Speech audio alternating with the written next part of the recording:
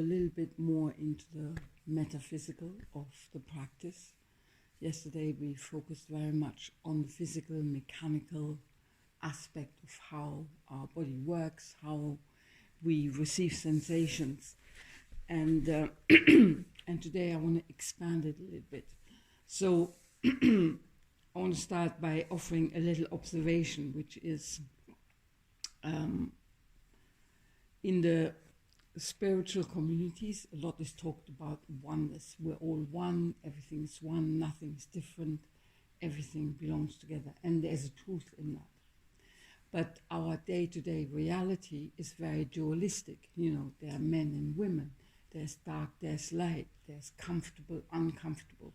So we have this spectrum of two opposite things constantly swing around. Both are true. The we are all one is true, but also our dualistic experience is true. A lot of the Eastern wisdom traditions, Buddhism, Tantrism, they all talk very much about we're all one and we must get to a place where we feel no difference between anything. Maybe if we're enlightened we get there, but we have to navigate our world. So let's perhaps celebrate this dualism, enjoy it, recognize it for what it is. And so I want to bring us to how the Eastern wisdom traditions explain the nature of reality, how it arises. And the Indians in particular talk about there being an unbounded ground of being. So the way I interpret it in Western scientific terms is there's a mass of particles, there's a mass of potential form, potential materiality.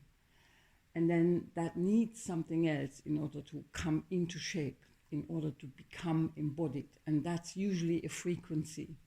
So either sound, movement, and the interesting thing about frequencies is there is no particle to it, it's a pattern. So we have these two things that come together. So we might call it mother-father, masculine, feminine, Shiva, shakti, yin-yang. We can call it all of these things. I like to refer to it as heaven and earth. And the symbolism of heaven and earth is often used. And then how does that relate to us and our body? So when and I find the whole COVID thing quite interesting because it's all about the lungs and the breath. And the breath is really when it's moving up and down, it's touching, it has these still points at the top, right? We looked at it yesterday. It stops and then it falls. It stops and it rises. So it does this thing. At the top there, the Muslim, Islamic mystics, the Sufis, they say at that still point is where the divine enters us. So if the divine up there is the heavens, when we breathe in and if we touch in the top, just open yourself to receiving that light, that pure frequency, that consciousness, that awareness that then comes down, touching into the depth of the earth, touching into that potential form, and together it's the breath is the first embodiment of that divine energy, the two poles of the divine. So when you do your yoga practice and you focus on your breath, you know, there's so many things you can focus on. You know, do I feel this edge? Do I feel that edge? What's happening to the breath? Choose something. But when you really want to get in touch with something that's mystical, that's sacred, focus on the breath, focus on this connection. Every breath we take, we touch into that divine feminine, that mother energy, that father energy. We touch into the body, the physical potential form. We touch into awareness, consciousness, divinity, and the two come together to become embodied. That's who we are. We are this embodiment of these two energies, or, you know, this spectrum. You might think quite correctly that it's easier to focus on this when you're sitting still, and it's true.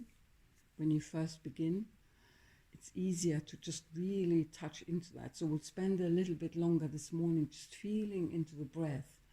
But later on, I'm gonna, take us through a practice, focusing us on this beautiful prayer point every time we breathe. We don't even think about it, but we touch the divine, and it fills you with this beautiful energy of awe, of sacred, of the mystical us that, in its pure form can't really make much happen in the outside world. We need that drive, we need that assertion, but it's the part of us that gives us the sense that we found ourselves again, when in our day-to-day lives we're constantly out there doing stuff, having to make things happen.